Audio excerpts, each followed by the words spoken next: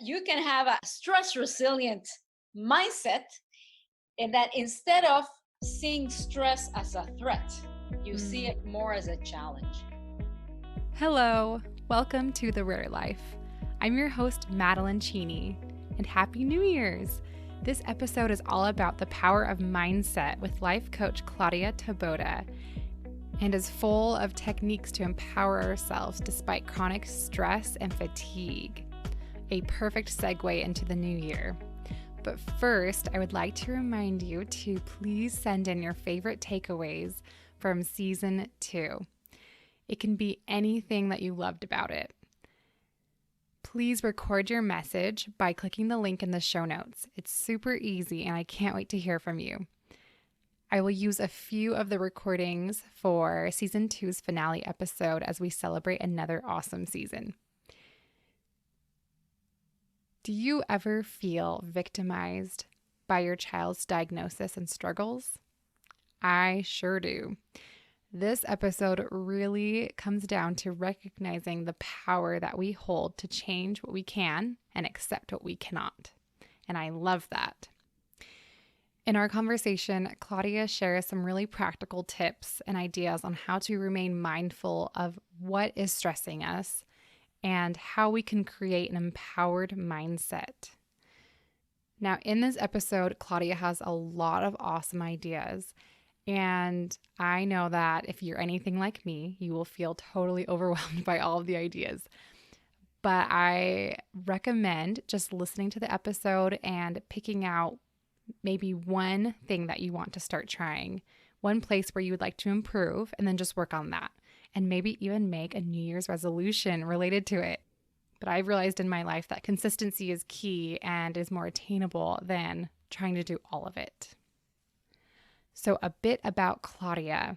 I don't normally do this, but I'm actually going to read the bio that she sent me because it's awesome. And I was like, I can't really do better than this. So here it goes. Claudia is a former labor and employment attorney, a disability rights advocate, a health and wellness advocate, an author, an entrepreneur, a women's empowerment coach, and motivational speaker living in Montreal. Claudia's most precious and important role is that of being a devoted mom to her 2 sons, Nico and Alex. Nico is 19 and Alex is 17, by the way. Nico is severely autistic and Claudia is his full-time caregiver. Claudia recently published a memoir entitled Burnout to Unstoppable, which details her transformational journey from overwhelmed and burned out autism mom to a mom who rediscovered her identity and is going after her dreams with confidence. Claudia accomplished her transformation by incorporating self-care, mindset optimization, and stress reduction habits and strategies that enabled her to reclaim her physical, mental, and emotional health. Yeah, Claudia is awesome, and it was so fun to chat with her. There's a link in the show notes for her book if you'd like to check that out. Claudia is a lover of her running shoes and of running. Let's jump into our conversation. Claudia, welcome to the show. I'm really excited to be here, and I can't wait to share my story and tips with your audience. Awesome. I can't wait. So, season 2, which this episode is in, is all around a theme of our personal journeys with our special needs children and the ways that we've evolved and been affected by them. So that is why we are talking about mindset today. And I'm really excited for this episode and the things you will share with us. And this episode is also being released on New Year's Eve. So I feel like this is a great little precursor to making New Year's resolutions and, turning over a new leaf with our awesome mindset tools that you'll give us. Yes. So your book is called From Burnout to Unstoppable. Please tell us about Burnt Out, Claudia, and your first steps you took to turning over a new leaf and becoming unstoppable. Yes, great question. We can go back to my story, which starts actually in 2003 when my son turned 2. He was diagnosed with autism. And at the time, I was a labor and employment lawyer. And my husband and I decided that there were not very many services at the time for my son.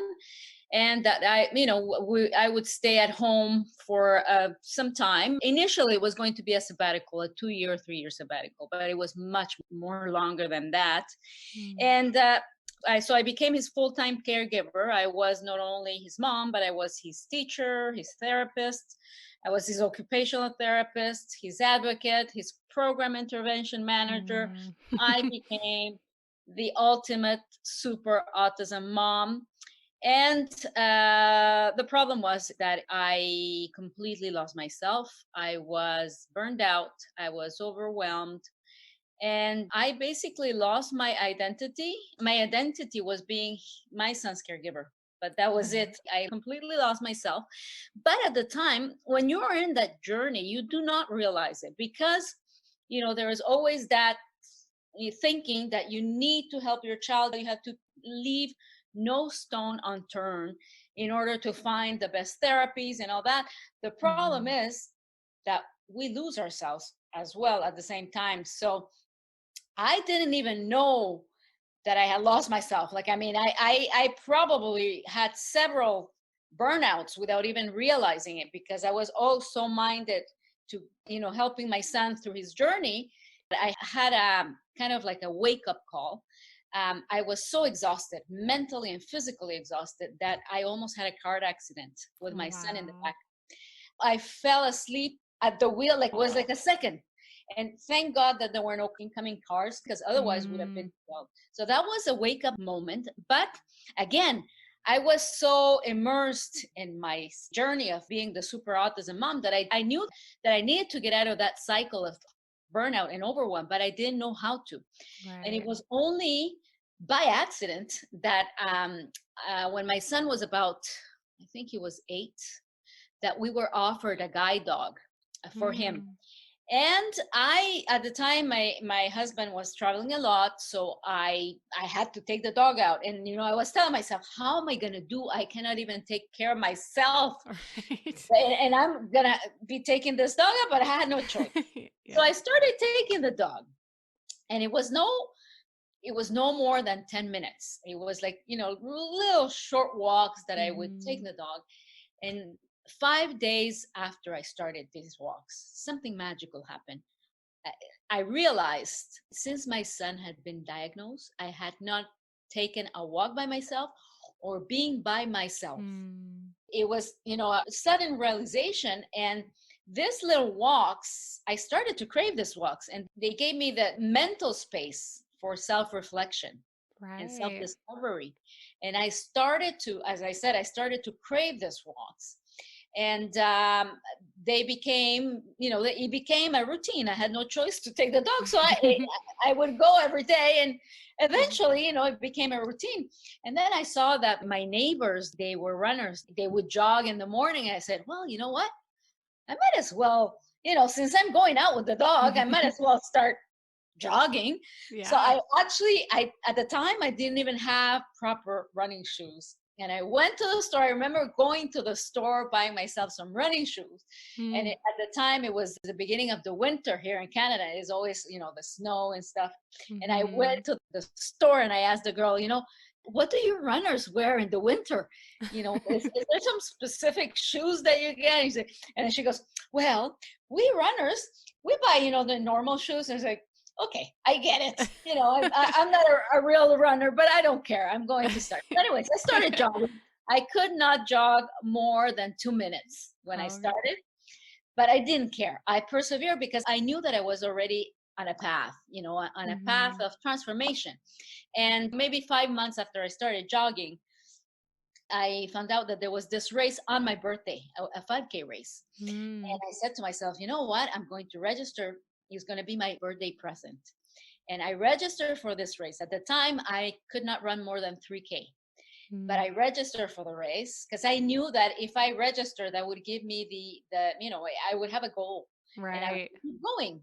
And so, anyways, I registered for the race, and then I ran that race, and I remember crossing that finish line. Crossing that finish line was an epiphany. It was the moment Mm. that I decided enough is enough. It's time to take charge of my life, and it's time to reclaim my physical and my mental health.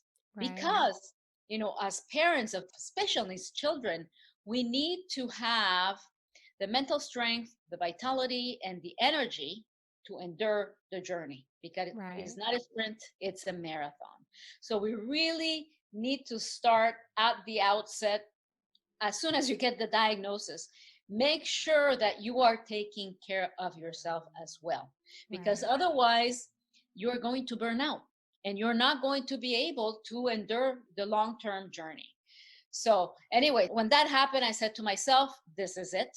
I am taking charge.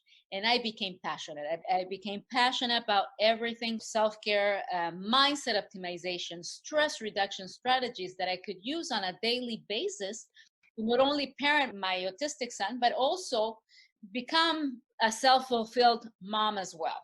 Yeah. So I reinvented myself. I became an athlete. I became a marathon runner. I became a yoga enthusiast, and I became a self care advocate. And I learned everything. Like, I was going to seminars. I was taking courses. I was, listening to podcasts, anything related to self care, because I knew Mm-hmm. that I needed to stay strong. We are in a constant state of stress, chronic stress and overwhelm, and we are in danger of losing our identity if we don't take care of our physical and our mental health. For me, I believe that it's self-care is non-negotiable. Yeah. So, Non-negotiable. what would you suggest to parents who want to reclaim their identity and to shift into that different mindset?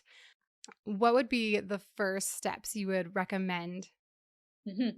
to I would go back to start the physical activity. So that would be my first thing that I would say, okay, if you can do at least 5 times a week, go for a 15-minute walk, Mhm. ideally by yourself, so that you can just have that time for self-reflection, Yeah. to be mindful of your thoughts, because when Mhm. we are in that state of constant stress and overwhelm, we have so many thoughts going on that it can be chaos. Yeah. And just being by ourselves, it helps you to realize, okay, what are the thoughts? Why is it that I'm stressed out? Why is it that I'm anxious? And if Mhm. that's the thought, well, accept it. And then you say, well, let's see what we can do about it.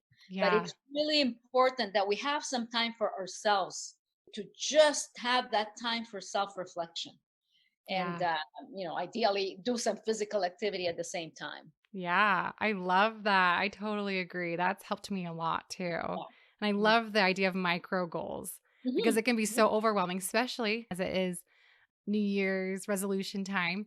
It's Yeah. so easy to make these huge goals and be like, I'm going to run this marathon. I'm going to, Mhm. Mhm. XYZ, these huge Mhm. goals. And then we never do them or we do them That's for it. like a week and then we give up.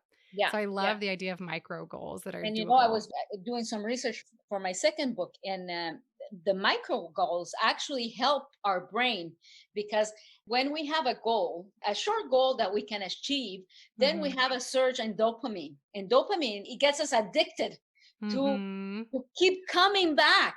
So that's Yeah. why it is important to have goals that you can achieve, like mini goals, and that make you come back, consistently, because Yeah. that's how the routine and the habit will be built. Yeah. So, Oh, yeah. yeah. Yeah. That is gold to Yeah. understand that and be able to use that for your advantage. So, Mhm.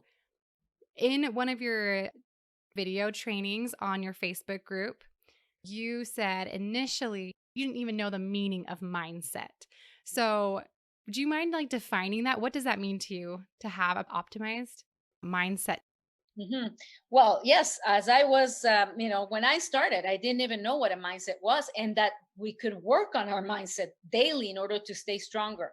So, Mm-hmm. mindset is a set of beliefs that orient the way that we handle situations. Mm-hmm. So, for example, let's take stress.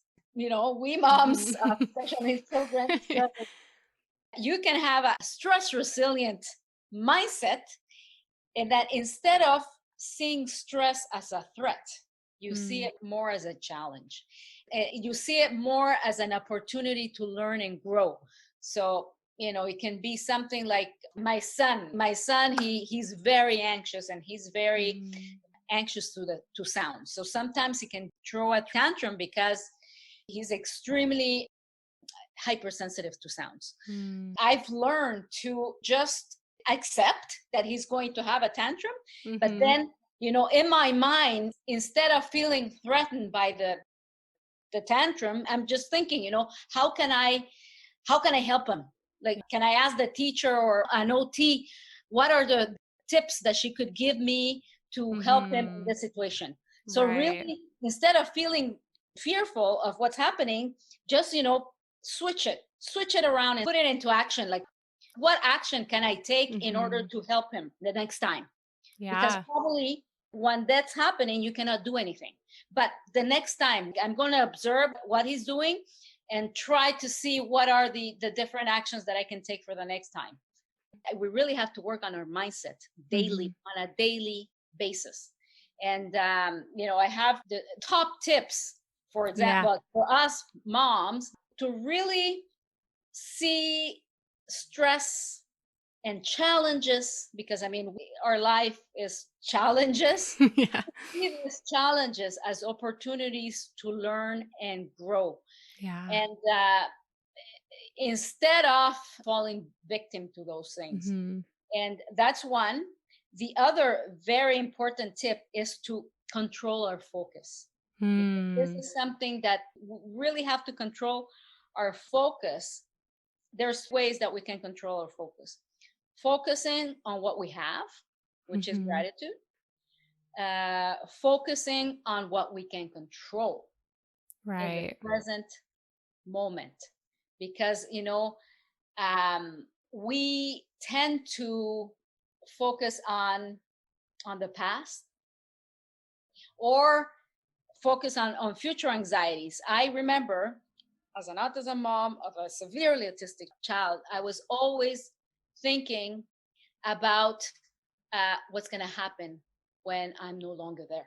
What's going to Right. happen to my son when I'm no longer there, because he's severely autistic. He's not going to be able to have a girlfriend. He's not going to be able to go to the university. He will be living with me for the rest of his life. And what's going to happen Right. when I die? And Mm-hmm. that would keep me awake, literally keep me awake at night. And it was Oh. when I decided, I'm going to focus on the present moment, because who knows what's going to happen when he gets older. We may have better services. So it's useless for me to be thinking about what's going to happen when I die, when I don't know what's going to happen. So I might as Yeah. well focus on the present moment. And really, it really was transformational for me to Yeah. really decide to focus on the present, not in the past. Because I would focus on the past, I would say, oh my God, why didn't I choose to do that therapy instead of the other one? And it was Mm-hmm. always that, that or let's say, no, focus on the present moment. Yeah. What is it now that my son needs? Because mom needs to be in the present in order to better serve my child. So, do you have any like techniques that you use to be able to do that? If you find yourself worrying about the past or the future that keep you grounded in the present? Mhm. Let me see. What gives me ground to really be to focus. We really have to be aware of our thoughts in order to kind of declutter. Be mindful of what is coming into our brain and what are the thoughts that we're thinking, because sometimes we are anxious and we don't know where that's coming from, Mm-hmm. and it could be from the past or for the future, but we need to be mindful of what are the thoughts that are coming into our mind and what is in there, because Hmm. that way, okay, am I anxious because of the future? And if it's anxious because of the future, then just bring yourself down and say, well, I don't know what's going to happen in the future. So just, I think mindfulness, to Mm-hmm. be really mindful of your thoughts and your emotions. Like, if you're really feeling anxious, where is that coming from? Yeah. Is it coming from a thought that, my son had a tantrum, and because of that I'm feeling super stressed because I'm thinking now that he's not going to be able to go to school, or Mm-hmm. he's not going to be accepted in school because he's doing this kind of tantrums. But then you have to come back and say, well, These are our future thoughts. I don't know what's going to happen. He may Mm-hmm. evolve. So it's really important to be mindful of the thoughts that we are having. And that's where self-care is so important, because Mm-hmm. you need that time for you, for self-reflection, Yeah. for, kind of decluttering the mind. One of the elements of my program, my self-care program, is mindfulness, to Mm-hmm. practice mindfulness on a regular basis. But mindfulness, it doesn't need to be meditation. It can be anything. It's just to focus on the present moment, just Yeah. going for a walk. I call them the mindful walks, where we are just present. We are just focusing on the senses. And Mm. that, focusing, on the sights, on the smells, and you'll see that your mind, it kind of just relaxes, and then you can Yeah. see, okay, where are these thoughts coming? But I think that the key is to be mindful of what are the thoughts that are coming in to our brain. What is it that's going Mm-hmm. on? To declutter, to declutter. Yeah. Yeah. Yeah, So that's, totally. Yeah, yeah. one technique I've learned, I don't know if you've heard of this one, is where you just kind of narrate for yourself what's happening from a third person point of view. Like, Mhm. say my daughter and son are both screaming at the same time and I'm trying to figure out what to do. And I feel the anxiety coming up. And then you say, wow, this situation is making me feel anxious. Or I feel really stressed about this. This is really tricky. And it kind of helps you make that distance. And so I'm thinking that would Mhm. also apply really well to laying in bed at night and thinking about the future and Yeah. worrying, where you could be Detach. like, Because oh, we this is need to detach. interesting. Yeah. It's like seeing it from afar, like Yeah. Yeah. detach from that, as if you were, watching a movie, and it's like, oh, Mm-hmm. okay. We have to detach from the emotion, Right. from what's going on. And the other thing that I found extremely useful in my journey was journaling. Because Mm. journaling, I remember, like, in times with my son, like, we had a lot of trouble with the school system, and at a moment in time, I couldn't run because I was injured. And I said, "Oh my God!" And really, journaling helped me just, Hmm. express my emotions. And it not only helps with expressing the emotions, naming the emotions, and also once that is in paper, you can see, okay, I'm stressed out because of this, Yeah. and you acknowledge that these are the emotions that you're feeling, and it's okay. So you put them aside, and now, what can I do in order to make this better? Or if I Yeah. am being stressed out because of the school system, you can do a to-do list. Do I need to talk to the principal, or need to, Mhm. so to make it more action oriented, you can do your journaling more action oriented. Like, first Yeah. you write everything that comes to mind, so kind of like a brain dump. Yeah. Then you kind of organize it. Okay, where's the stress coming in? Is it because of this? And once Yeah. you acknowledge, you put it aside, and I say, okay, now what am I gonna do? Like, Yes, I love that. That's so empowering. Like I have yeah, control over my situation instead yes, of being a victim. I think that exactly. also I've noticed that in having a trusted friend you can vent to. Hmm. Like for me, it's my husband. So being Hmm. able to say, I'm so stressed about this, and this is making me feel terrible. And then realizing, oh, but then I can do this and this about it. I'll do that tomorrow. And then you can Hmm. just feel it.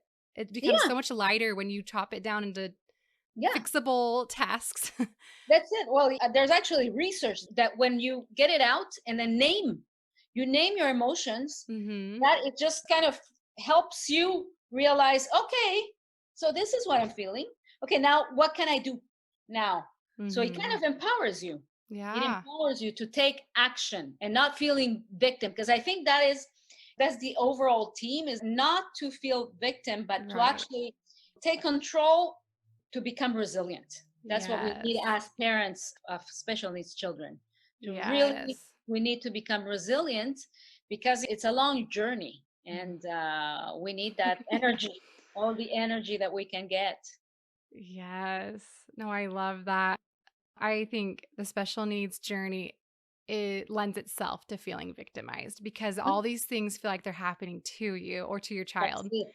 You're like, oh, now he has this diagnosis. Now this thing's happening. Now this thing's happening. And you feel that lack of control. But I Mhm. love the power of having a positive and resilient mindset where we can take our control back That's it. and control our situation. Yeah, yeah, yeah.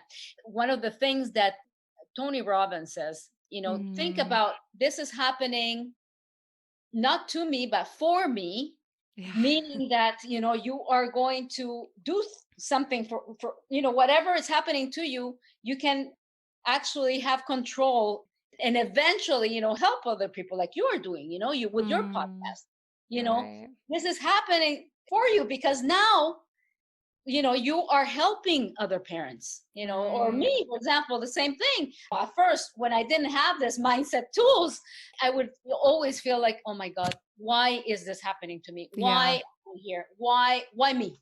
Why me? Mm-hmm. But then, eventually you realize, there is a reason why, because now Yeah. all this baggage, all these tools that I have accumulated, now I'm going to share them with other moms to Yeah. save them time, to save them heartache. And Mm-hmm. that's how we have to see it, and yourself too. You started really early, like you said it, you're only 2.5, and you're already taking your power back, which is amazing. It has been really healing. And I do think that there's something to that in taking our pain and making purpose out of it. And it That's it. doesn't even have to be something as like, like a podcast or coaching, but even in things like looking back on, if you get a little bit of distance from the traumatic events or the really hard things and being able to say, I'm a better person now, or at least I'm very different than I was before this happened. And then Mhm. to be able to talk to other parents and say, I get it. I understand what you're saying. I've been through something similar. That feels Mhm. so good on both Yeah. ends. Yes, yes, yes, yes. Oh, yes. Being a mentor to other parents that are just beginning the journey. Yeah. Very Yeah. empowering. Yeah. Or Yeah. even saying, wow, this really sucks, doesn't it? And be able to like I just get it. sit in that together and Yeah, understand it. I've been there. I know. Yeah. Yeah. Yeah. So, Mhm. okay. So I would love to wrap up with what is your number one mindset strategy and why? When things are really stressful and heavy, what is the one thing you could not go without to help you get in that optimized mindset? Mindset. Yes. I actually developed a technique from my experience as of an autism mom with mindfulness and mindset strategies. And it's Mm, called the BAFM technique. And what I do mm, is, let's say that something stressful is going on, and mhm, it's to deal with stress in the present moment. So I stop, I breathe, and then the A is to acknowledge mm, what's going on. Okay, acknowledge. So just stopping and acknowledge. Okay, this is going on. Okay, and my son is stressed out. I have no mm, choice. Like he's stressed out. I acknowledge, but I'm not feeling victim. Like I'm not going to be mhm. a victim. I acknowledge that this is happening. Uh-huh. So this is the A, acknowledging and accepting. I accept. Mm, F, focus, what we talked about. uh-huh. Focus, switch the focus, that is key. And one of my techniques is I focus on gratitude. Something Mm, something that I can find that even in the stress that is going on, what am I grateful for? Like even related to my son, like mhm. he probably had a good day in school. He said a longer sentence or something that he hasn't done for a long time. Focus on something that you're grateful for. Hmm. That it can be anything, but Mhm. that gratitude, it's an antidote to fear and anger. To practice gratitude, it will switch right away. It will put you on a positive state and a stronger state as well. So it can Mhm. be, as we said, like switch the focus to gratitude, switch the focus to something that you can control or something that matters. Like, the tantrum, I'll accept that he's having a tantrum, but I'm not in there. I'm going to detach from what's going on, but really try to switch the focus is key. And then after that, it's move on. Have some kind of action that you do that it signals your body that you're moving on. So Hmm. you can go to the other room or go for a walk, do Mhm. something. Or if you're with your child and you need to be there, then just changing your position or your tightening your ponytail, some action, some physical Oh, yeah. action that is going to tell your body that I'm moving on, like it's over. You really have to catch yourself, catch yourself Yeah. when you're going, because it is so easy to go into that stressful, anxious state.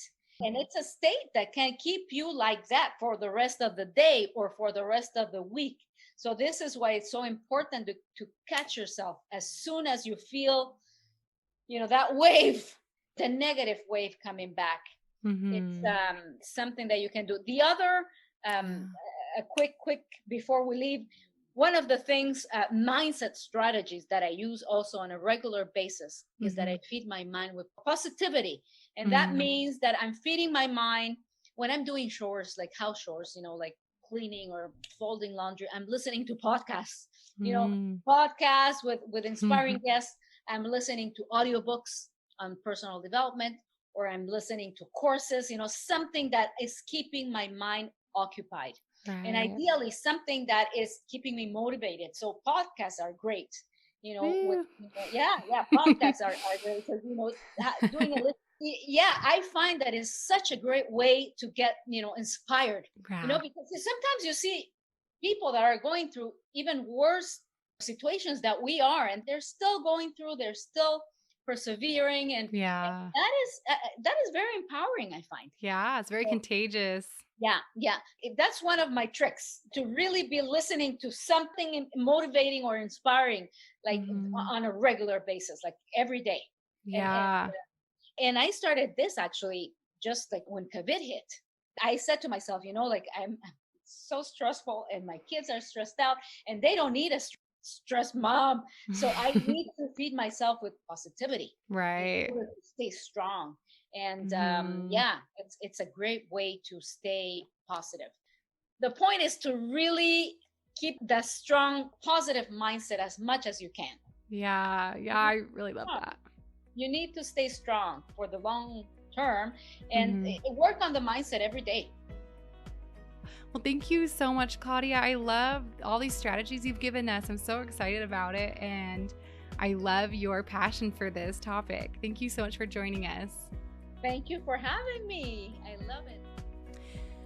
Claudia has a Facebook group that I'm a part of called Burnout to Unstoppable Moms, where she posts awesome tutorials and motivational quotes on various self-care topics. You can find a link to join that group in the show notes, as well as a link to her Instagram account and to purchase her book from Amazon.